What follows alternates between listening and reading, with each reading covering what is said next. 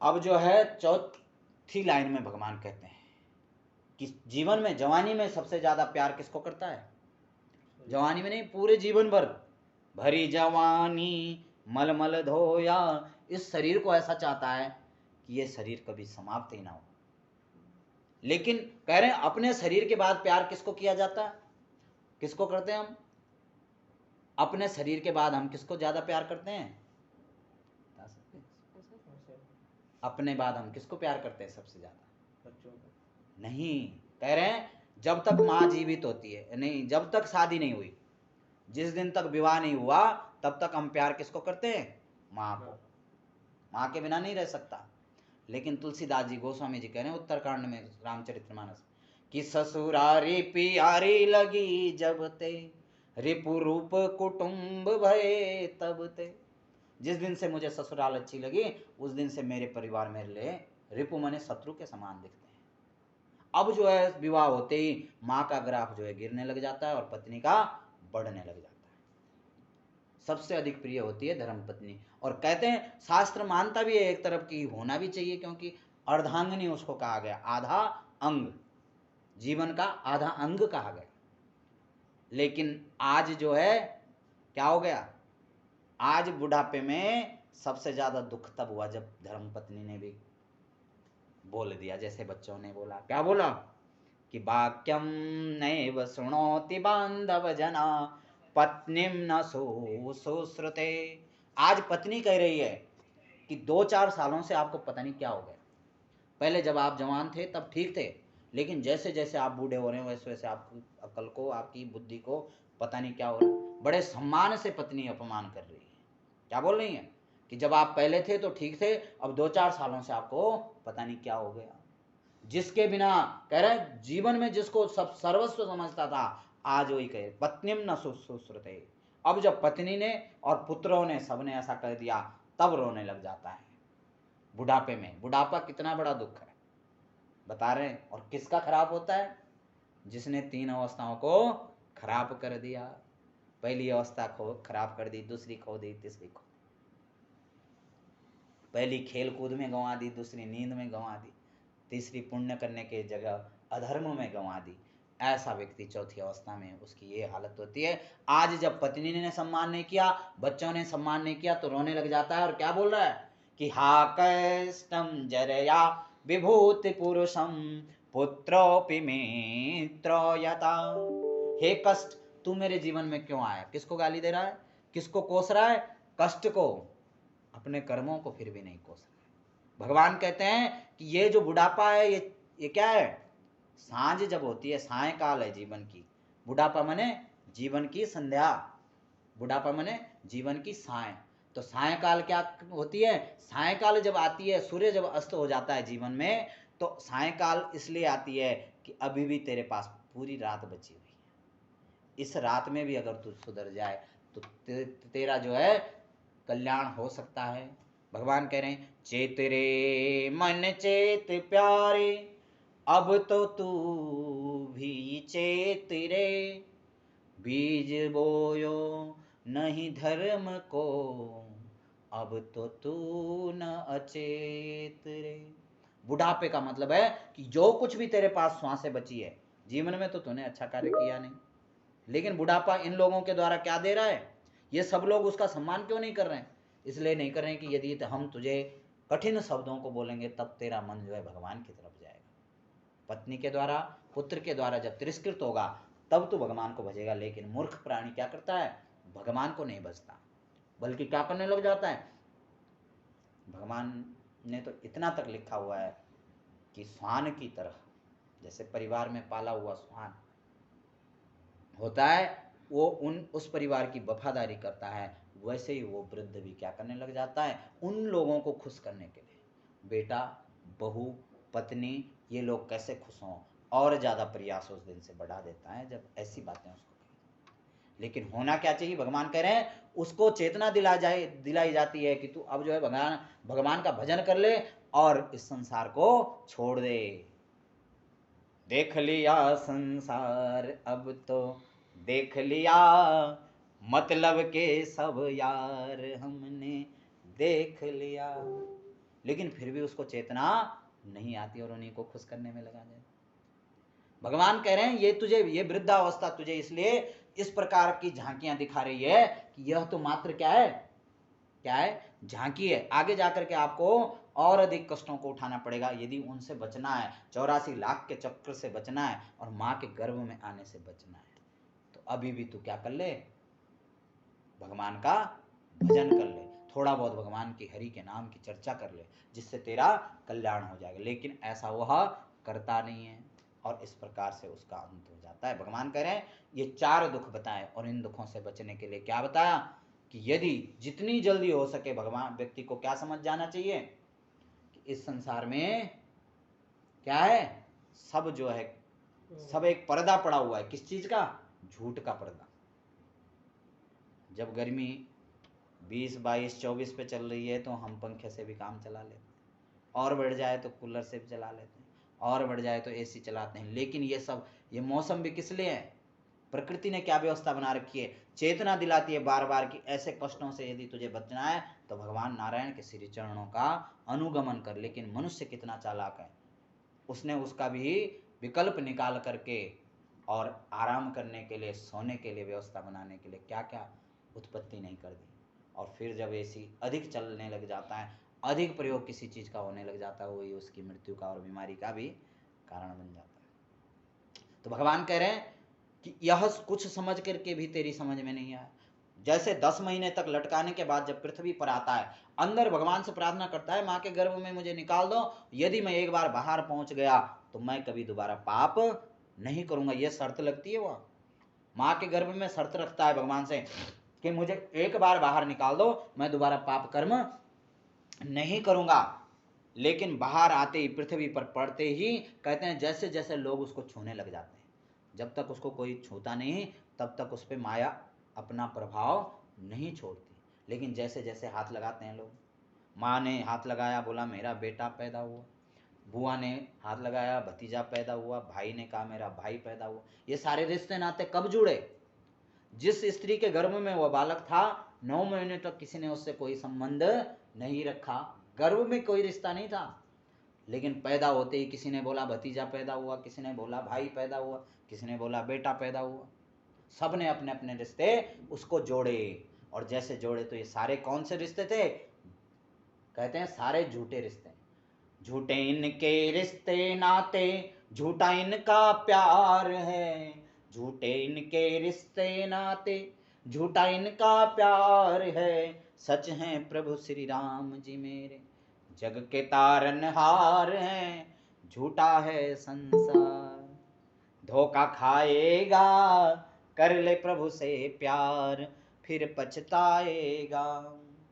झूठा भाई बहन भतीजा, झूठा इनका प्यार रे, झूठे भाई बहन भतीजा, झूठा इनका प्यार रे। सच हैं प्रभु श्री राम जी मेरे, जग के तारनहार हैं, झूठा है संसार। धोखा खाएगा, कर ले प्रभु से प्यार, फिर पछताएगा। लेकिन जैसे हाथ लगाते हैं वैसे ही वो रोने लग जाता है। कह रहे हैं रोने लग जाता है वो पैदा हुआ व्यक्ति, जो अभी पैदा ही हो रहा है। वो रोता क्यों है, वो इसलिए रोता है कि हे भगवान, माँ के गर्भ में मैंने जो तुझसे क्या रखी थी, शर्त लगाई थी। किससे, भगवान से। क्या शर्त थी कि मैं अगर पैदा हो गया तो मैं अब कोई उल्टे काम नहीं करूंगा, पाप कर्म नहीं करूंगा, अच्छे कर्म करूंगा, और मैं पुण्य को प्राप्त होकर के मुक्ति को प्राप्त कर लूंगा, जहां से जन्म लेना और मृत्यु को होना, बार बार का चक्र मेरा छूट जाएगा। लेकिन पैदा होते ही क्या बोल रहा है, हे भगवान मुझे माफ करना। रो क्यों रहा है, अब मैं तुम्हारे साथ किया हुआ संकल्प को पूरा नहीं करूंगा। क्यों नहीं करूंगा, क्योंकि पहले जिसने मुझे छुआ बुआ ने, बुआ के कर्तव्य का पालन करूंगा, फिर माँ के, पिता के, संसार के समस्त कर्तव्यों के बाद मुझे नहीं लगता कि मैं आपके संकल्प को पूरा कर पाऊंगा। जैसे ये लोग हैं वैसा ही मैं हो जाऊंगा। और जब तक रोता नहीं है, उस दिन रोने के बाद पूरे, कहते हैं भगवान पूरे जीवन भर रोता रहता है, पूरे जीवन भर रोता रहता है। और शांत तभी होता है कि जब इस संसार को छोड़ करके चला जाता है। और जो रोता नहीं है, तो हमारे यहाँ ये व्यवस्था है कि उसको सही और स्वस्थ माना भी नहीं जाता। रोने के बाद ही डॉक्टर बोलते हैं कि हाँ लो आपका बालक हुआ है, बेटी हुई है, जो कुछ भी हुआ है, और जब तक रोया नहीं तब तक उसको रुलाने की भरपूर कोशिश की जाती है। तो कह रहे हैं इसी प्रकार से संसार से बार बार भगवान ने चिताया कि इस संसार में कोई भी किसी का नहीं, सब झूठ का एक प्रपंच है, और इससे बचने के लिए क्या करना है? इससे बचने का एक ही उपाय है। क्या उपाय है? कह रहे हैं जैसे रुई का, कह रहे हैं रुई का पहाड़ हो, कपास का पहाड़ हो, और उस पहाड़ को कोई कह दे कि इस पहाड़ का जो है आपने क्या करना है, इसको काटना है, तो आदमी परेशान हो जाएगा कि पहाड़ को अकेला आदमी कैसे काट सकता है। तो उसको भस्म करने के लिए एक माचिस की तिल्ली जैसे बहुत होती है, ऐसे ही जीवन में पापों का ढेर, संसार की में पापों का जो पहाड़ है उसको भस्म करने के लिए मात्र हरि का नाम ही बहुत है। हरि मने हरण करने वाला, हरेर नाम हरि नामेव केवलम। मात्र हरि का नाम ही है जो इस संसार से क्या कर सकता है? संसार के पाप रूपी पहाड़ को भस्म करने के लिए हरि का नाम रूपी माचिस तिल्ली के समान उसका भस्म कर सकती है, उसका नाश कर सकती है, मात्र हरि का नाम। और भगवान कह रहे हैं कि कलयुग में अगर पैदा हो गया व्यक्ति तो उसके बराबर पुण्यात्मा, उसके बराबर भाग्यशाली कोई नहीं है। सतयुग का व्यक्ति, त्रेता युग का व्यक्ति और द्वापर युग का व्यक्ति जो पैदा हुआ है, उनसे ज्यादा भाग्यशाली कौन है? कौन है? हम लोग हैं जो कि कलयुग में पैदा हुए हैं। लोग कलयुग को कोसते रहते हैं। कई बार आपने सुना होगा कि बड़ा बुरा जमाना लगा है, कलयुग लगा हुआ है। तो तुलसीदास जी कलयुग का बड़ा गुणगान करते हैं, कहते हैं कि बड़ा अच्छा है वो, भाग्यशाली है वो व्यक्ति जो कलयुग में पैदा हुआ। कलयुग समयुग आन नहीं, जो नर कर विश्वास, गाय राम गुण विमल भव, तरहि बिना प्रयास। कह रहे हैं अन्य युगों में आपको तपस्या करनी पड़ेगी, घर बार छोड़ना पड़ेगा, जंगल जाना पड़ेगा, तप करना पड़ेगा, और हजारों हजारों सालों तक आपने देखा होगा अन्य युगों में हजारों सालों तक तप करने के पश्चात भी भगवान की प्राप्ति कभी कभी नहीं होती। तपस्या का फल मिल जाए इसकी भी कोई पक्का नहीं था। लेकिन कलयुग में क्या कह रहे हैं कि कलयुग में तो इतनी बड़ी आयु भी नहीं है। आयु भी कितनी है? हजारों वर्षों की तो बात ही खत्म, 100 वर्ष की भी आयु नहीं है। 120 वर्ष की आयु बताई गई है, मानक आयु, स्टैंडर्ड आयु कितनी है? 120 वर्ष। लेकिन उसमें से भी हमारे यहाँ सरकार ने आधे पर ही उसको छुट्टी दे दी। आधा कितना? 60 साल में रिटायरमेंट कर दिया। और स्वस्थ व्यक्ति रिटायरमेंट होकर के घर जैसे आता है तो घर वालों ने उसको बूढ़ा बनाने के लिए एक पार्टी रखी रहती है, उसको जबरदस्ती उसके दिमाग में घुसाया जाता है, उसको बताया जाता है कि अब तू क्या हो गया, खाने कमाने लायक नहीं रहा। कोई भी कंप्यूटराइज कुंडली आप उठाओ, उसमें गणित कितनी है? 120 वर्ष की, कि 120 वर्ष बाद आप क्या कर रहे होंगे। लेकिन कोई नहीं जी रहा। क्यों?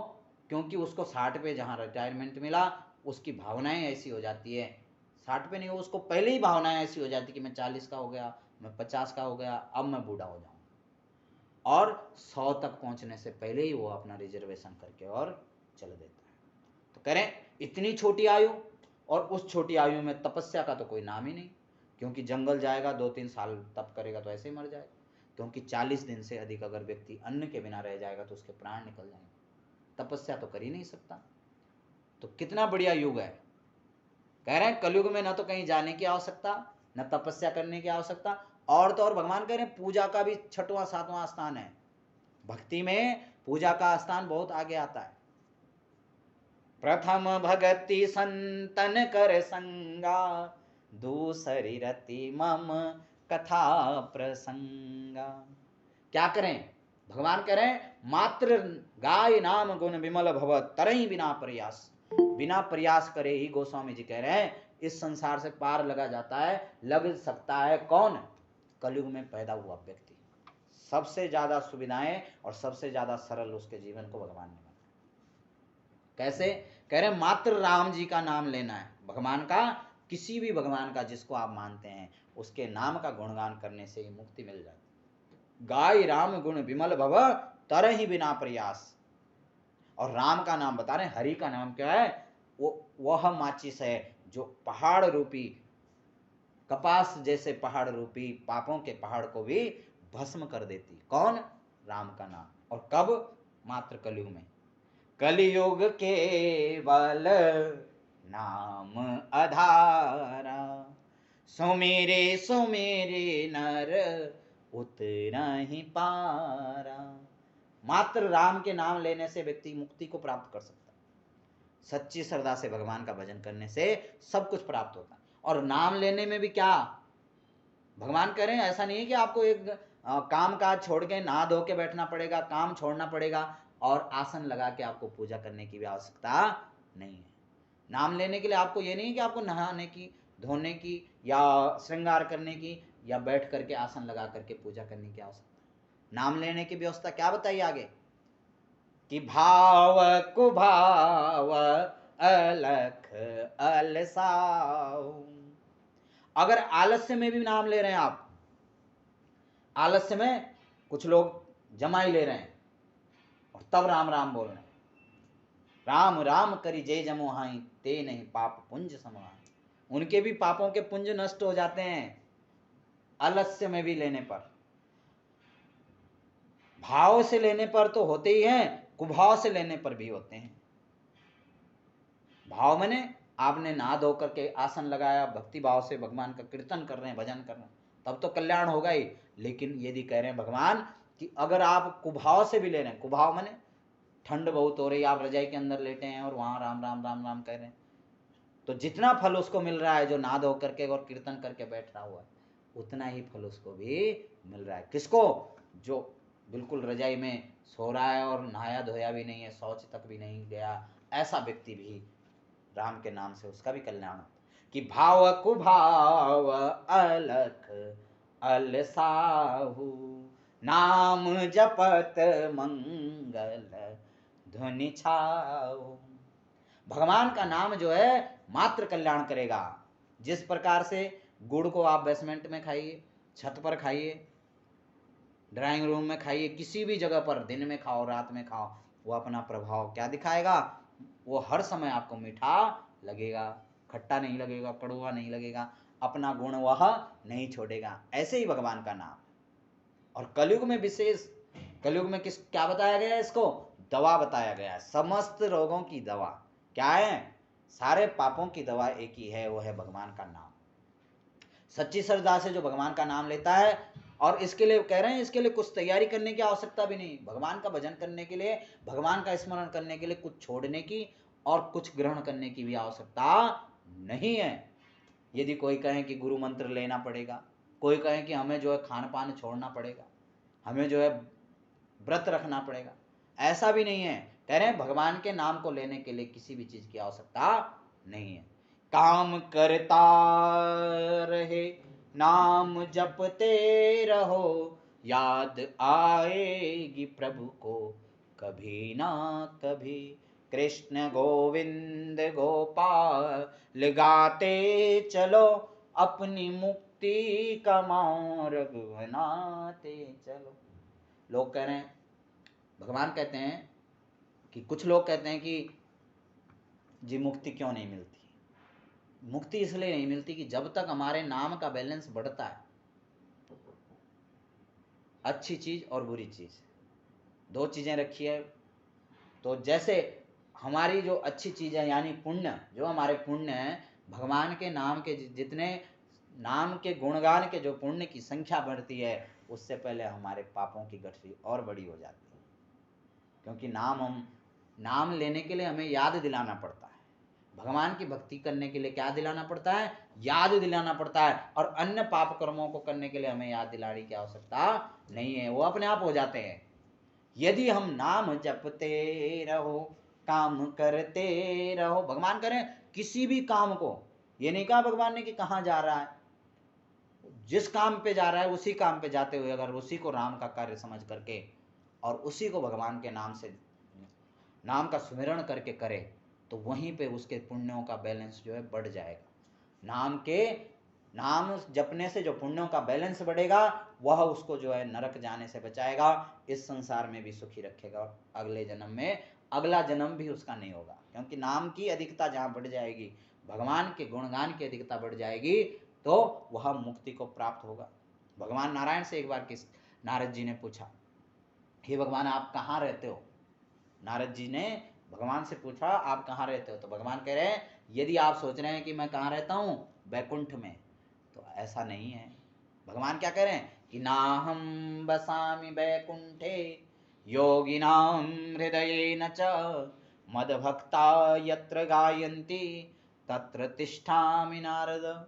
मैं न तो वैकुंठ में रहता हूँ, और यदि आपको लगता है कि बड़े बड़े योगियों के मन में मैं रहता हूँ, योगियों के सुमिरन करने पर, योग साधना को धारण करने वाले लोगों के हृदय में मैं रहता हूँ, तो मैं वहाँ भी नहीं रहता। योगिनाम हृदयेन च, फिर रहता कहाँ हूँ मैं? भगवान कहते हैं, भगवान विष्णु स्वयं बता रहे हैं कि मद भक्ता यत्र गायन्ति तत्र तिष्ठामि नारद। हे नारद जी, जहाँ मुझे मेरे भक्त सच्ची श्रद्धा से और सच्चे भाव से पुकारते हैं, मेरा गुणगान कहते हैं, उन्हीं के बीच में मैं घूमता रहता हूँ, जहाँ मेरे नाम का गुणगान किया जाता है। इतना बड़ा, इतनी बड़ी शक्ति है भगवान के नाम। भगवान के नाम में कह रहे हैं बहुत बड़ी शक्ति है। जिस नाम को लेकर के, नाम को पत्थर पे लिख करके उन्होंने पुल बना दिया, वानरों ने सेना को पार लगा दिया। हो गई सेना पार लेकर नाम तेरा, सब हो गए भव से पार लेकर नाम तेरा। थे नल नील जाति के बानर, राम राम लिख दिया शिला पर, राम नाम लिख दिया शिला पर। हो गई सेना पार लेकर नाम तेरा, हो गए भव से पार लेकर नाम तेरा। भरी सभा में द्रुपद दुलारी, कृष्ण राधिका नाथ पुकारी, कृष्ण द्वारिकाधीश पुकारी। सबका एक एक करके गुणगान किया द्रौपदी ने। भीष्म पितामह के पास गई, कृपाचार्य, द्रोणाचार्य, धृतराष्ट्र, सबको हाथ जोड़े, सबसे प्रार्थना लगाई, लेकिन कहीं भी अर्जी नहीं लगी।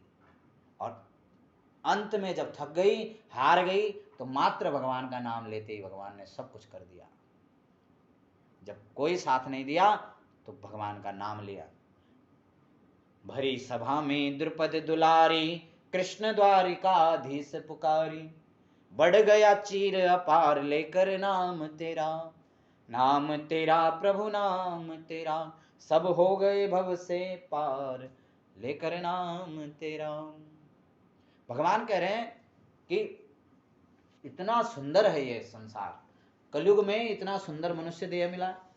अन्य जो प्राणी है, मात्र मनुष्य को छोड़ करके स्वेदज, उद्विज, अंडज और जरायुज,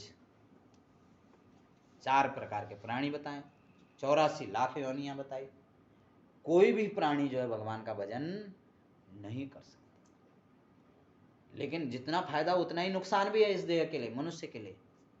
मनुष्य भगवान की भजन कर सकता है क्योंकि उसके अंदर क्या है, विवेक है, और मनुष्य ही पाप करता है, दूसरा कोई प्राणी पाप नहीं करता।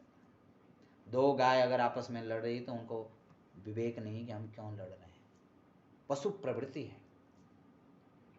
लेकिन यदि मनुष्य ऐसा करे तो वह मनुष्य नहीं, पशु है। रामधारी सिंह दिनकर जी कहते हैं यही पशु प्रवृत्ति है कि आप ही चरे।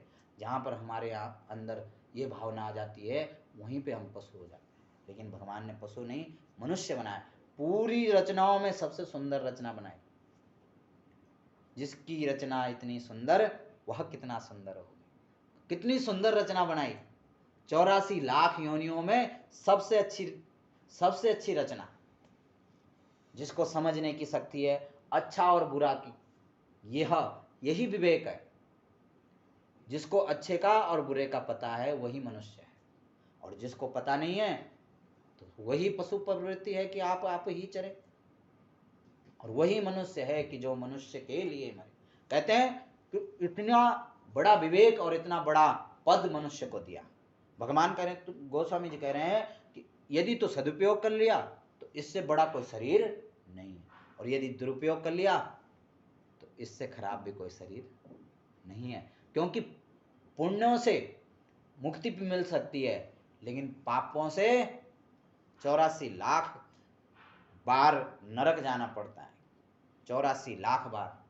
किसके करने से? करनी किसकी है? सिर्फ मनुष्य की। गाय का शरीर, पशु का शरीर, चौपाया पशु का शरीर, गगन में उड़ने वाले पक्षियों का शरीर, कह रहे जल में घूमने वाले जोंक आदि जल जीवों का शरीर, ये कोई भी शरीर पाप नहीं करता और इनका पाप लगता भी नहीं, क्योंकि उनका पुण्य ही नहीं लगता।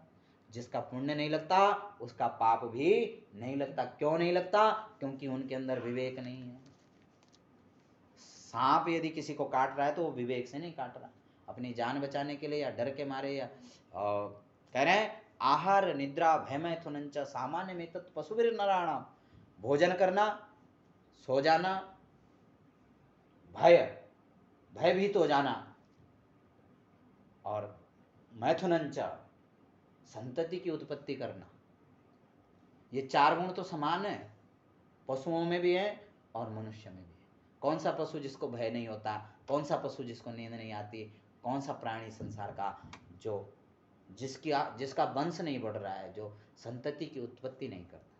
यदि मनुष्य कहे कि मैं इसलिए मनुष्य हूं कि मेरे बच्चे होते हैं, यदि मनुष्य कहे कि मैं इसलिए मनुष्य हूं मुझे नींद आ जाती है, यदि मनुष्य कहे कि मैं इसलिए मनुष्य हूं कि मैं जो हूं क्या करता हूं, भोजन कर लेता हूं, आहार निद्रा सामान्य में तत् पशुवीर नराणाम। यदि तू इन गुणों को लेकर के मनुष्य बन रहा है तो दिनकर जी क्या सुंदर बात कह रहे हैं, तो तुझ में और पशु में कोई भी अंतर नहीं है। लेकिन तेरे अंदर विशेष क्या है कि धर्मो ही तेसा मदिको विशेष और धर्मेण ही ना पशु ही समान। धर्म ही तुझे अधिक बनाएगा और धर्म के हीन ही तू पशु बन जाएगा। कौन सा पशु? कह रहे हैं कैसा पशु है तू? बिना पूंछ का पशु। मात्र पूंछ ही तो उनमें है, तुझ में पूंछ ही तो नहीं है, बाकी तो तेरे कर्म सब वैसे ही हैं यदि धर्म का आचरण नहीं करता है। धर्मो हितेषाम अधिक विशेषो, उन लोगों में से, उन 3 प्रकार के प्राणियों में से, जो 4 प्रकार की योनियां बताई गई, उन योनियों में तू श्रेष्ठ क्यों है? क्योंकि तेरे अंदर धर्म है। धर्म माने अच्छा और बुरा, शुभ और अशुभ का जानकारी रखना ही धर्म कहलाता। इस जानकारी को, यही विवेक है। यह विवेक यदि उन लोगों में होता तो उनमें और तुझ में कोई फर्क नहीं होता। और यही विवेक अगर तेरा चला गया तो मनुष्य रूपेण मृगश्चरन्ति, भगवान कह रहे हैं तू मनुष्य के रूप में ऐसा पशु है जो बिना पूंछ का है। ते भार भूमि, वह पृथ्वी पर क्या है? भार है। ऐसे मनुष्य मनुष्य नहीं है, पृथ्वी पर मात्र भार है। भगवान कह रहे हैं इसलिए तुझे मनुष्य बनने का प्रयास करना चाहिए। और ये मनुष्य देह क्या है? ऐसा है जैसे माना एक हाथ में अमृत दे रखा है और एक हाथ में जहर दे रखा है। तो मनुष्य क्या करता है? अधिकांश लोग जहर का प्याला पीना ही उचित मानते हैं, जबकि जहर तो अन्य योनियों में भी प्राप्त हो सकता है। कह रहे अन्य योनियों में भटकने वाला व्यक्ति भी नरक को चला जाएगा क्योंकि उसके पूर्व कर्म है। लेकिन मन स्वर्ग जाने का, मुक्ति को प्राप्त करने का एक ही मार्ग, एक सीढ़ी है मात्र। मनुष्य देह अगर मिला, उसका सदुपयोग कर दिया तो मुक्त हो गया, बार बार मां के गर्भ में पैदा होने की आवश्यकता नहीं। और यदि इसमें चूक गए तो 84 लाख बार पैदा होना पड़ेगा, तब मनुष्य बनोगे। और मनुष्य बनने के बाद तब फिर जैसे कर्म होंगे वैसा फल मिलेगा। कह रहे हैं जैसे एक अंधे को एक व्यक्ति की आंखों में पट्टी बांध दी और एक दरवाजा बनाया, एक भवन बनाया जिसमें कितने दरवाजे हैं? 84 लाख द्वार थे। 84 लाख द्वार थे या 9-10 दरवाजे थे, तो कह रहे हैं कि उनमें से एक दरवाजा खुला है। जैसे 84 लाख योनियों में मनुष्य देह रूपी जो दरवाजा है वह खुला है। ऐसा भवन बनाया जिसमें सारे दरवाजे एक ही क्रम में थे और उसको कहा कि तू गोल गोल इसमें घूमना और यहां से बाहर निकल। आंखों में पट्टी बांध दी, कहा कि बाहर निकल जा। अब वो क्या करता है कि हर दरवाजे को हाथ से छू छू करके आगे बढ़ रहा है, क्रमशः घूम रहा है, लेकिन किसी भी दरवाजे का, कोई भी दरवाजा क्या नहीं है? खुला नहीं है, सब दरवाजे बंद है। लेकिन उसको बताया गया है कि एक दरवाजा ऐसा है जो कि खुला है, अगर तू इसमें से बाहर निकल गया तो तू तो कह रहे हैं अब जैसे वो घूमता है 84 लाख दरवाजों को घूमता है और तब मनुष्य रूपी दरवाजा जो है खुला है। ऐसे हाथ लगा लगा करके सब दरवाजे बंद हैं, लेकिन जो खुला होगा उस पे हाथ लगाते ही उसको पता चल जाएगा, क्योंकि आंखों में तो पट्टी बंधी हुई, पता चल जाएगा कि ये दरवाजा खुला है, यहां से मैं बाहर निकलूंगा। लेकिन उस दरवाजे के पहले ही उसको थोड़ा सा हल्की सी खुजली हो जाती है, और जैसे खुजली होती है वो खुजलाने लग जाता है, तब तक वो दरवाजा निकल जाता है, आगे दूसरा दरवाजा आ जाता है। ऐसा कई बार होता है। तो इतना भी अगर हम चूक गए, थोड़ा सा भी खुजली अगर हो गई, खुजली किस चीज की?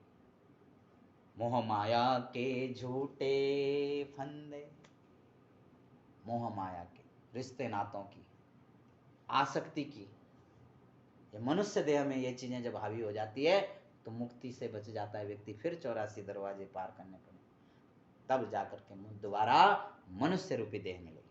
तो गोस्वामी जी कह रहे हैं कि अब जब अमृत वाला दरवाजा छूट गया तो जहर ही जहर है चारों तरफ, क्या पिएगा? तो कह रहे हैं कि मनुष्य देह कैसी है, अपने आप विरोधाभास स्थिति को प्रकट किया तुलसीदास जी ने। कह रहे हैं एक तरफ कहते हैं कि बड़े भाग मानुष तन पावा, सुर दुर्लभ सब ग्रंथ ही गावा। सारे ग्रंथों में लिखा हुआ है कि मनुष्य देह के बराबर कोई देह नहीं है, सब जगह लिखा हुआ है। शास्त्र कहता है कि बड़े भाग मानुष तन पावा।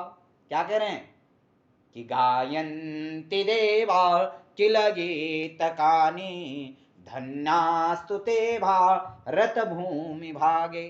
बड़े भाग मानुष तन पावा, मनुष्य बनना बड़ी बात है, और उससे बड़ी बात क्या है? उससे बड़ी बात है मनुष्य भारत में बनना। मनुष्य बनना ही बड़ी बात नहीं है, उससे बड़ी बात क्या है? मनुष्य बनना भारत में। यदि हम जापान, अमेरिका, इंग्लैंड आदि देशों में पैदा होते तो ये चीज करने की हमें आवश्यकता भी ना थी, क्योंकि वहां के ऐसे संस्कार ही नहीं।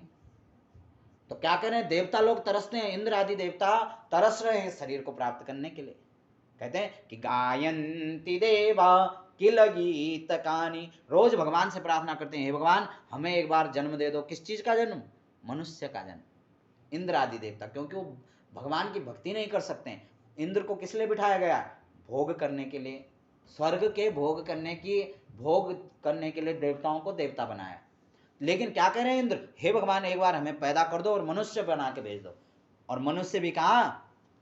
अन्य देशों में नहीं जाना है।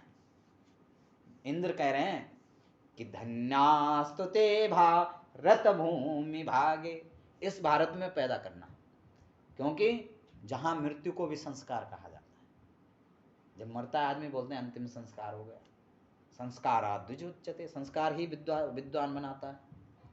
तो जहां मृत्यु को भी कितना सम्मान से देखा जाता है, उसको संस्कार कहा जाता है। तो कह रहे हैं ऐसे भारत में हमें पैदा करना। धन्यास्तु ते भारत भूमि भागे, क्यों? क्योंकि इस भारत में पैदा होने से वह प्राप्त हो जाता है जो व्यक्ति को स्वर्ग में भी प्राप्त नहीं होता। ऐसी क्या कमी है इंद्र को, इंद्र आदि देवताओं को, कि जो मनुष्य बनना चाहते हैं? कि स्वर्गापवर्गा पद हेतु भूते भवन्ति भूया पुरुष मनुष्य। स्वर्ग और स्वर्ग से बढ़कर भी कोई यदि तत्व प्राप्त कर सकता है तो वह मनुष्य बन के कर सकता है, क्योंकि स्वर्ग तो कोई भी चला जाएगा, लेकिन मनुष्य बनने पर मुक्ति की प्राप्ति हो सकती है। जन्म और मृत्यु का चक्र जो है छूट जाएगा यदि मनुष्य सच्ची श्रद्धा से भगवान का भजन करे। कह रहे हैं सुर दुर्लभ सब ग्रंथ ही गावा, वही बात तुलसीदास जी कह रहे हैं, सारे ग्रंथों में लिखा हुआ है और देवताओं के लिए दुर्लभ है यह शरीर मनुष्य का। लेकिन तुलसीदास जी ने अपनी ही बात को स्वयं काट दिया दूसरी तरफ, कि ध्यान रहे मनुष्य का शरीर कब अच्छा है? जब इससे सदुपयोग किए जाए। यदि इस शरीर से दुरुपयोग किया जाए तो ये जहर के समान है। क्या लिख दिया दूसरी तरफ? खुद ही लिखा हुआ है कि क्षिति जल पावक गगन समीरा, पांच रचित अति अधम शरीर। 5 तत्वों से यह शरीर बनता है और इसके बराबर बेकार शरीर, अधम मने बेकार। तुलसीदास जी कह रहे हैं इसके बराबर बेकार शरीर नहीं कोई। पहले क्या कहा कि बड़े भाग मानुष तन पावा, बड़े भाग्य से मिलता है, बहुत अच्छा शरीर है। और सुर दुर्लभ शब्द ग्रंथ है गाओ, देवता लोग तरसते हैं इस शरीर के लिए, और दूसरी तरफ अपने आप क्या कह रहे हैं कि अधम शरीर, 5 तत्वों से बना हुआ सबसे ज्यादा बेकार शरीर है। क्यों? भगवान कह रहे हैं, गोस्वामी जी कह रहे हैं, इतना बेकार शरीर है, यदि इससे दुरुपयोग किया, उसी शरीर का अच्छा कब हुआ? यदि हमने इस शरीर से तीर्थाटन करें, जैसे आप माता पिता के निमित्त कर्म कर रहे हैं, तो यह शरीर धन्य होता जाता है धीरे धीरे धीरे धीरे, बड़े भाग्य से मिलता है ऐसा शरीर। लेकिन यदि हमने इससे दुरुपयोग करें, जहां हमें मंदिर में जाना चाहिए था वहां मधुशाला की तरफ जा रहे हैं, द्योतालय की तरफ जा रहे हैं, तो वह शरीर, क्योंकि न तो कोई जलचर, थलचर, अभयचर, अस्तावर किसी भी प्रकार का प्राणी जो है पाप नहीं करता। कोई भी मधुशाला या वैश्यालय या किसी भी प्रकार के अनर्थ रूपी कार्यों को कोई भी प्राणी नहीं करता। कौन करता है? मात्र मनुष्य। पाप का कारण कौन है? यह शरीर है। और उसी शरीर से यदि हम मंदिर जाएं, भगवान के तीर्थों का भ्रमण करें, माता पिता के निमित्त कर्म करें, अच्छे धर्म के कर्म करें, तो वही शरीर जो है मुक्ति को देने वाला भी है। तो भगवान कह रहे हैं, यदि इस शरीर का सदुपयोग किया जाए तो इसके बराबर धन्य कोई शरीर नहीं है, और यदि इसका दुरुपयोग किया जाए तो इससे बड़ा खराब शरीर कोई नहीं है। इसी परिप्रेक्ष्य में भगवान एक छोटा सा उदाहरण दे रहे हैं। कहते हैं कि एक बार एक भौरा प्रातःकाल निकला, और निकल करके आज भौरे के मन में विचार हुआ कि आज मैं अधिक से अधिक शहद खाऊंगा। भौरा जो है फूल फूल पर जाकर के क्या करता है, रसों का आस्वादन लेता है, रसों को ग्रहण करके उसका पराग के कणों को इकट्ठा करता है और शहद बना करके उसको खाता है। जितना पराग होता है, मिठास जो फूलों की होती है, उसको लेता है। लेकिन भगवान किस परिप्रेक्ष्य में इसको समझा रहे हैं? नीति कहती है कि आज जो भौरा सुबह सुबह उठा और चला कहाँ? रसों का आस्वादन करने के लिए। तो भौरा किसको बताया?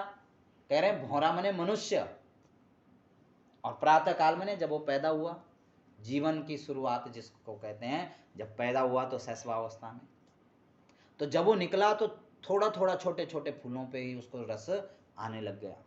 जब हम छोटे होते हैं तो हमारी कहते हैं तृष्णाएं भी कम होती है। 5 वर्ष के बालक को आप 5 रुपए दे देंगे तो हो सकता है 2-3 दिन तक उसको चला ले, 1-1 रुपए खर्च करे या ना खर्च करे या संभाल के रखे, कितने दिन? 5 दिन भी चला सकता है। लेकिन 50 वर्ष के व्यक्ति को अगर आप 50 लाख भी देंगे तो वो संतुष्ट होने वाला नहीं है। तृष्णा न जीर्णा वयमेव जीर्णा, कह रहे हैं वो उतना ही और चाहेगा, अधिकम यो विमन्यन्ते, उतना ही और चाहिए उसको, और वो खुश भी नहीं होगा। 5 वर्ष का बालक 5 रुपए से भी खुश हो जाएगा, लेकिन 50 वर्ष का व्यक्ति 50 लाख से भी खुश नहीं होगा। तो कह रहे हैं इसी प्रकार तृष्णाएं कम होती है, छोटे छोटे फूलों पे जाकर के आस्वादन लेने लग गया, और जैसे जैसे बड़ा होता है, जैसे जैसे दिन चढ़ता है, वैसे वैसे उसको रस का आस्वादन ज्यादा आने लग जाता है। ऐसे ही मनुष्य का भी जीवन जैसे जैसे बढ़ता है, वैसे वैसे तृष्णाएं बढ़ने लग जाती है। अब जो है, आज वो भौरा पहुंच गया एक कमल के फूल के ऊपर बैठ गया। कमल का फूल थोड़ा बड़ा होता है, उसमें कह रहे हैं पराग भी थोड़ा ज्यादा होता है। जाकर के जब बैठ गया, इतने में दोपहर हो गई। दोपहर माने जीवन में जवानी से प्रतीक बताया गया, और जब जवानी आती है तो व्यक्ति कुछ नहीं पहचानता, अच्छा बुरा कुछ नहीं, उसको जवानी में ज्यादा ही उसका क्या होता है, कहते हैं आकर्षण करती हैं तृष्णाएं उसको। अब जवानी रूपी दोपहर में आज वो भौरा कमल के ऊपर बैठा हुआ सोच रहा है कि अभी तो मेरे पास बहुत समय है उड़ने के लिए। आज फूल भी अच्छा मिला, कमल का फूल क्या बताया? संसार बताया, संसार को बताया कमल का फूल। आज कमल के फूल पे मैं बैठा हूं, इसका अधिक से अधिक रसपान करूंगा। लेकिन उसको पता है, किसको? भौरे को पता है कि कमल का फूल जो है सूर्य की किरणों के साथ खिलता है, और सूर्य के अस्त होते ही बंद हो जाता है। ये नियम है कमल का, जब तक तोड़ा नहीं उसको अपनी जगह से, तब तक सूर्य की किरणें पड़ते ही फूल जो है खिल उठेगा, और सूर्य के अस्त होते ही पंखुड़ियां बंद हो जाएंगी। भौरे को पता है, जैसे मनुष्य को पता है कि आज माता जी गई है, कल दूसरे की बारी आएगी। आया है सो जाएगा राजा रंक फकीर, कोई सिंहासन चढ़ी चले, कोई बंधे जंजीर। जाना सबने है, सबको पता है।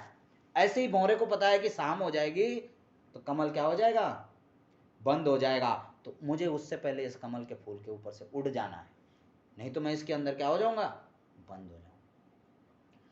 कब सोच रहा है, जब जवानी है। जवानी में व्यक्ति क्या सोच रहा है, जब दोपहर है तब सोच रहा है कि सूर्य अभी कहां पर है, बीच में है, अभी बहुत समय है मेरे पास। किसके लिए, शहद खाने के लिए, पराग पान करने के लिए। ऐसे ही मनुष्य सोचता है कि अभी तो मैं जवान हूं, मुझे भक्ति करने की क्या आवश्यकता है, जब बूढ़ा हो जाऊंगा तब राम राम जप लूंगा। और हो सकता है बुढ़ापा आए ही ना। जो व्यक्ति 40 में मर गया, जो 22 में मर गया, जो 10 साल में मृत्यु को प्राप्त हो गया, उसका बुढ़ापा तो वहीं पे हो गया। लेकिन जीवन की गिनती कहां से शुरू होती है कोई पता नहीं। काल व्याल मुख ग्रास, भगवान काल रूपी ब्याल, ब्याल माने भेड़िया, इसकी गिनती का कोई पता थोड़ी नहीं कहां से। तो व्यक्ति जवानी में क्या सोच रहा है, मैं भजन कब करूंगा, बुढ़ापे में। कि करिए कर तार विच बुढ़ापे में, कोई ना देगा साथ तेरा बुढ़ापे में।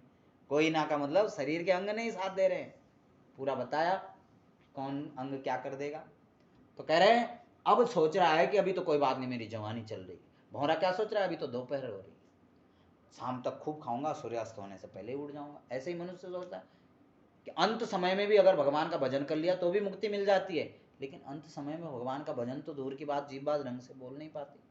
लेकिन मनुष्य क्या सोचता है, 2-4 साल बुढ़ापे में बढ़िया कर लूंगा, तब तक जो करना है कर लेता। ऐसे ही सोच रहा था, इतने में कब शाम हो गई पता नहीं चला। भौरा जो है, कह रहे हैं जैसे जैसे उम्र बढ़ती है वैसे वैसे आसक्तियां ज्यादा बढ़ती है। पुत्र में उतनी आसक्ति नहीं होती है जितनी पौत्र में हो जाती है। अपना बच्चा जब पाला पोसा तब उतना ज्यादा प्यार नहीं था, जब बेटे का बेटा पालन पोषण किया तो सब कुछ भूल जाता है, दादाजी सब भूल जाते हैं। माँ से और पिता से ज्यादा प्यार रहा किसको होता है, दादाजी को। अब वैसे ही वो भौरा जो है, अधिक जैसे जैसे शाम हो रही है वैसे वैसे अधिक उसको आनंद आ रहा है वहां उस पराग पान करने में। इतना आनंद आया कि वो भूल गया कि मुझे उड़ना भी है। सूर्य अपने नियम अनुसार अस्त हो गए और कमल जो है अपने नियम अनुसार बंद हो गया। कमल की पंखुड़ियां जैसे बंद हुई, भौरा उसके अंदर फंस गया। फंस जाना मतलब, जब पुत्र भी कह रहा है कि पिताजी आपकी बात हमारी समझ नहीं आ रही, और पत्नी भी कह रही कि 2-4 साल से आप पता नहीं कैसी बातें कर रहे हैं, तो ये फंसना ही हुआ। अब ना तो इधर उड़ सकते हैं ना इधर उड़ सकते हैं, तो क्या करेंगे, जब कहीं कुछ नहीं कर सकते हैं तो खाली रहने से अच्छा है कि यहीं लग जाते हैं उन्हीं की सेवा में, बताया था। अब क्या कर रहा है भौरा, अब तो मैं उड़ भी नहीं सकता, कुछ कर भी नहीं सकता, और जब कुछ नहीं कर सकता, अब कमल जो है पूरा बंद रहेगा। कब तक, कब तक बंद रहेगा, जब तक क्या नहीं हुआ, रात खुलेगी, सूर्य उदय होंगे, पंखुड़ियों पे किरणें पड़ेंगी, तब खिलेगा। तो उससे अच्छा है कि मैं परेशान क्यों रहूं, क्यों मैं इधर उधर की सोचता रहूं, मैं क्यों ना इसी रस का पान करूं। कमल में मैं बैठा हूं और रस यहाँ पर है ही है। शहद जो है मैं रात भर इसका पान करूंगा और सुबह उड़ जाऊंगा। उड़ जाने से मुझे 2-3 दिन खाने की आवश्यकता भी नहीं पड़ेगी। देखो क्या बोल रहा है, अब इन्हीं बेटा बहू और पत्नी के साथ मुझे रहना है, तो इन्हीं को खुश करता हूं, कम से कम खाने को रोटी तो मिलती रहेगी। यही हालत है मनुष्य रूपी भौरे की। रात भर अब भूल गया कि मुझे उड़ना है, अब क्या ध्यान में है कि मुझे यहीं रात भर क्या करना है, इसके पराग का पान करते रहना है। सोच रहा है कि रात बीतेगी, प्रातः काल होएगी, प्रातः होते ही सूर्य उदय होएगा, सूर्य के उदित होते ही सूर्य भगवान की अच्छी अच्छी किरणें आएंगी और कमल के ऊपर पड़ेंगी। क्या सोच रहा है, भगवान कह रहे हैं कि रात्रिर्गमिष्यति भविष्यति सो प्रभात। रात जाएगी, काली रात जाती है, और ये संसार का नियम है। भौरा बड़ा विद्वान हो रहा है वहां, क्या बोल रहा है कि संसार का नियम है, रात के बाद सुबह होती है, इसमें कोई संशय नहीं। और भविष्यति सुप्रभात, सुंदर सी प्रभात होगी। और जब प्रभात होगी तो प्रभात होने पर ऐसा हो ही नहीं सकता कि सूर्य का उदय न हो। और भास्वानुदेश्यति हसिष्यति पंकजश्री, और सूर्य उदय होते ही, सूर्य की किरणों के पड़ते ही यह पंकज मने फूल, कमल का फूल क्या हो जाएगा, हसिष्यति पंकजश्री, यह पंकज जो है खिल उठेगा, यह कमल जो है खिल उठेगा। और जैसे खिलेगा वैसे ही मैं उड़ करके भाग जाऊंगा, यह सोच रहा है। अब पूरी रात सोचता रहा, इतने में रात खुल गई, प्रातः काल हो गई। आज जो है जब तक सोच रहा था, आज एक हाथियों का झुंड, कितने हाथी थे, 10 हाथी, कितने 10, 5 ज्ञान इंद्रिय, आंख, कान, नाक, मुंह, त्वचा, क्या है, ज्ञान इंद्रिय। ज्ञान मतलब किसी चीज का बोध होना, बोध माने ज्ञान होना, जो हमें किसका ज्ञान देती है, त्वचा, हवा गर्म चल रही है, ठंडी चल रही है, दिखती नहीं है लेकिन पता किससे चलता है, ज्ञान किससे होता है, गर्मी पड़ गई है या सर्दी पड़ रही है, त्वचा बताएगी। तो क्या है ये, ज्ञान इंद्रिय। आंखें क्या बताएगी, सामने काला व्यक्ति है, गोरा है, लाल है, हरा है, कपड़े का रंग, रंग रूप स्वरूप आदि को भान कराने वाली आंखें। कान, कोई भजन गा रहा है या गाना गा रहा है। तो ये जो क्या है, जो हमें ज्ञान दिलाती हैं वह ज्ञानेंद्रिय होती है। और जो जिनसे हमें कर्म करना पड़ता है, जिह्वा हमें मीठे का, खट्टे का, तीखे का ज्ञान कराती है। और कर्मेंद्रिय, यदि हमें कहीं जाना है, गाड़ी तक भी जाना है तो चलना पड़ेगा, बिना पैरों के हम चल नहीं सकते। कह रहे इसी प्रकार से जो हमें ज्ञान दिलाता है वो ज्ञानेंद्रिय, और जो कर्म कराता है वह कर्मेंद्रिय। कितने हुए, 5 और 5 10, 5 ज्ञानेंद्रिय और 5 कर्मेंद्रिय। कुछ करना है, कट गया। कह रहे हैं 5 जो ज्ञानेंद्रिय हैं और 5 कर्मेंद्रिय। कितने हाथी आए, 10 हाथी। वो हाथी कौन है, हमारी इंद्रियां, मनुष्य की इंद्रियां। और किसी न किसी इंद्रिय की वजह से क्या हो जाता है, व्यक्ति संसार के चक्र में फंसता है। एक की कमी के कारण, एक इंद्रिय की कमी के कारण। भौरे की कौन सी इंद्रिय कमजोर है, भौरे की जिह्वा। कौन कमजोर है, जो रस खाना चाहती है। यदि उसको रस खाने की आदत न होती तो आज भौरा मारा न जाता। पड़ा हुआ है, सोच रहा है। इतने में जो 10 हाथी आए, 10 हाथी माने 5 ज्ञान इंद्रिय और 5 कर्मी इंद्रियों का समूह मनुष्य रूपी भौरे के साथ सदा चलता रहता है। आज वो हाथी वहां पर आए और वो जल पीने लगे, सारे के सारे। एक हाथी के मन में विचार आया, उसने जल को पिया और भगवान को अर्घ्य देने लग गया, सूर्य भगवान को, सुबह सुबह। अभी तक सूर्य उदित नहीं हुए हैं। भौरा क्या सोच रहा है, रात खुलेगी और सूर्य उदय होंगे। और हाथी क्या कर रहा है कि आज जल तो हम रोज चढ़ाते हैं, क्यों ना भगवान को एक फूल भी चढ़ाया जाए। पहले हाथी ने जल चढ़ाया, उसके बाद उसी सूंड से पकड़ करके उस कमल को उखाड़ करके हाथी ने क्या कर दिया कि भविष्यति सुप्रभात, ऐसा सोच रहा था।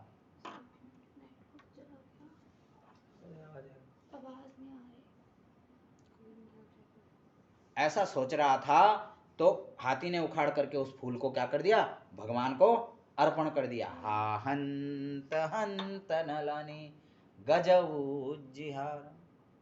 उस हाथी की, उस भौरे की वहीं पर जीवन लीला समाप्त हो गई।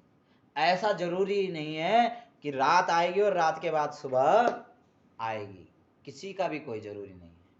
यदि व्यक्ति सोच रहा है कि ये मैं कार्य कल करूंगा, फलाना कार्य मैं समाप्त कर, कह रहे हैं और ऐसा कोई जरूरी जीवन में नहीं। यदि व्यक्ति सोच रहा है कि फलाना कार्य मैंने कर दिया और फलाना रह गया है, तो ऐसा जरूरी नहीं है।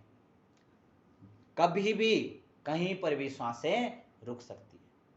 इसलिए भगवान कह रहे हैं कि श्वास श्वास पर हरि भज, वृथा श्वास ना खो। कुछ लोग कहते हैं कि कल से मैं भजन करूंगा, परसों करूंगा, भगवान अच्छा कार्य करने के लिए दिन और वार की आवश्यकता नहीं होती। भगवान कहते हैं तदैव लग्नम सुदिनम तदैव, वही लग्न अच्छा है, वही दिन अच्छा है, उसी दिन से उस कार्य को कर देना चाहिए। जैसे भौरे की दोबारा रात नहीं खुली, उसका सुप्रभात नहीं हुआ, ऐसे ही हमारा जीवन भी।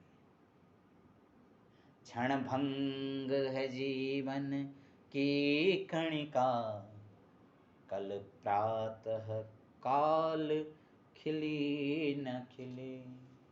हम अपने आप को अगर फूल न समझ रहे हो, हम अपने आप को अगर कली समझ रहे हैं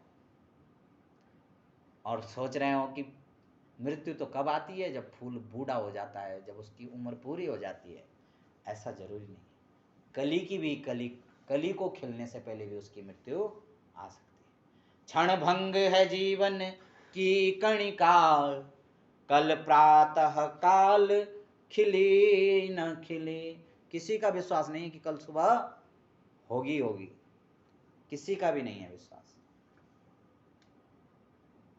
जप ले हरि का नाम अरे रसना, तू अंत समय हिली न हिली। हो सकता है मृत्यु के समय में जीवा उठे ही ना, तो हरि का नाम कैसे जपेगी। इसलिए कह रहे हैं कि जप ले हरि का नाम हरि रसना, तो अंत समय में हिली न हिली। आज के बराबर अच्छा कोई समय नहीं है, सर्वोत्तम समय बताया वर्तमान को। लेकिन हर व्यक्ति जो है वर्तमान से परेशान है। जिसने जो इकट्ठा कर रखा है वो और इकट्ठा करने के लिए कल की इंतजार कर रहा है, और जिसने जो गंवा दिया है वो कल को याद कर रहा है कि जो कल था मेरे पास वो अगर आज भी होता। और जिसके पास आज सब कुछ है वो ये सोच रहा है कि इतना ही और हो जाता। आज में कोई जी नहीं रहा है, तो इस आज को कह रहे भगवान इसको बर्बाद मत कर। जो मैंने तुझे दिया, जो मैंने तुझे दिया उसका सदुपयोग कर, इस वर्तमान का सदुपयोग कर। और तुझे मनुष्य बना दिया, हो सकता है दोबारा मनुष्य बने ही ना। कर्म ऐसे हो कि कुकर आदि, कुकर सुकर और जलजोंक कह रहे हैं रेंकने वाले बिना सर पैर वाले जीवों की योनियों को प्राप्त करते करते पता नहीं कितने जीवन बीत जाएंगे। भगवान का नाम तो बड़ा मुश्किल है और इतना सरल है इस जीवन में, इस संसार में। और सबसे बढ़िया बात क्या है कि कलयुग में जन्म हुआ है। तुलसीदास जी एक जगह और कहते हैं कि कली कर एक पुनीत प्रतापा, मानस पुण्य हो ये नहीं पापा। कलयुग में एक गुण और बता रहे हैं कि अच्छा सोचने पर बहुत अच्छा फल मिलता है। मात्र सोचने पर। क्या गुण है कलयुग का? कि अच्छा सोचने पर आपको 50% फल अपने आप मिल जाएगा। अगर आपने सोचा कि हमें अच्छा सोचना, अच्छा करना है, हम सोच रहे हैं पिताजी के लिए भागवत करनी है, माताजी के लिए अनुष्ठान करना है और करा नहीं, तो पाप नहीं मिलेगा बल्कि उसका आधा फल अपने आप आपको बिना करे मिल जाएगा।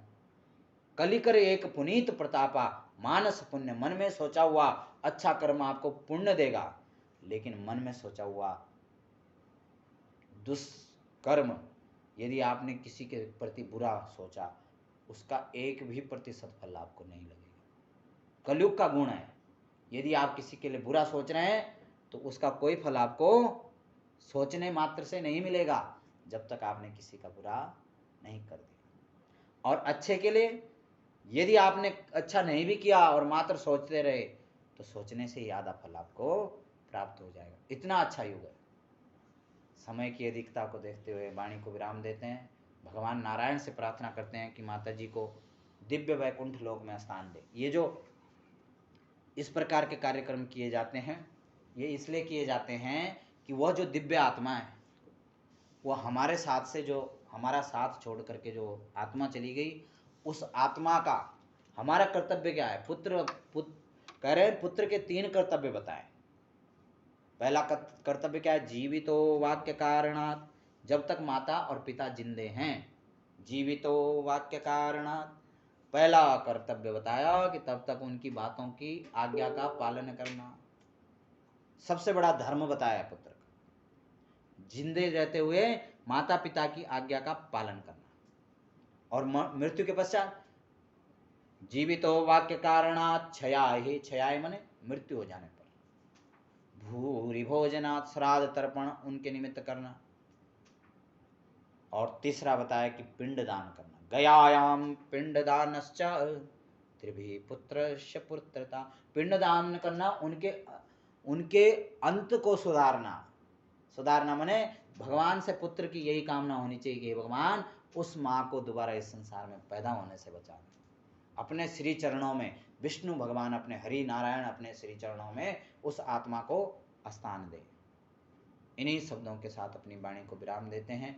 माता जी के वैकुंठ लोक की कामना करते हैं। आपके परिवार की सुख समृद्धि और खूब प्रगति की कामना करते हैं। भगवान उन्हें मुक्ति दे, सभी उपस्थित लोगों के पुण्य भी उनको लगे, और यदि किसी प्रकार के व्यवधान उनके परलोक गमन में आ रहा है तो वह भी रुक जाए और उनको जो है सदगति की प्राप्ति हो, ऐसे लोक की प्राप्ति हो कि जहाँ से वो दोबारा इस संसार में पैदा ना हो। क्योंकि जो पैदा होगा उसको कष्ट उठाने पड़ेंगे, उसको इस संसार में मात्र कहने की बात है कि यहाँ सुख है।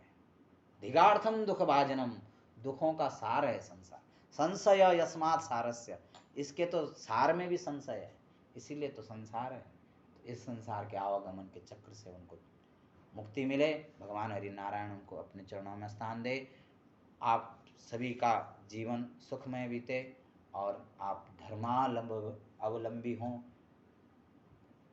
इन्हीं शब्दों के साथ 3 बार हम लोग गायत्री मंत्र का उच्चारण करेंगे और उस दिव्य आत्मा की मुक्ति की कामना करेंगे। ओम भूर्भुवः स्वः तत्सवितुर्वरेण्यं भर्गो देवस्य धीमहि धियो यो नः प्रचोदयात्। ओम भूर्भुवः स्वः तत्सवितुर्वरेण्यं भर्गो देवस्य धीमहि धियो यो नः प्रचोदयात्। ओम भूर्भुवः स्वः तत्सवितुर्वरेण्यं भर्गो देवस्य धीमहि धियो यो नः प्रचोदयात्। अब 2 मिनट तक आप मौन रखेंगे। ओम शांति शांति शांति।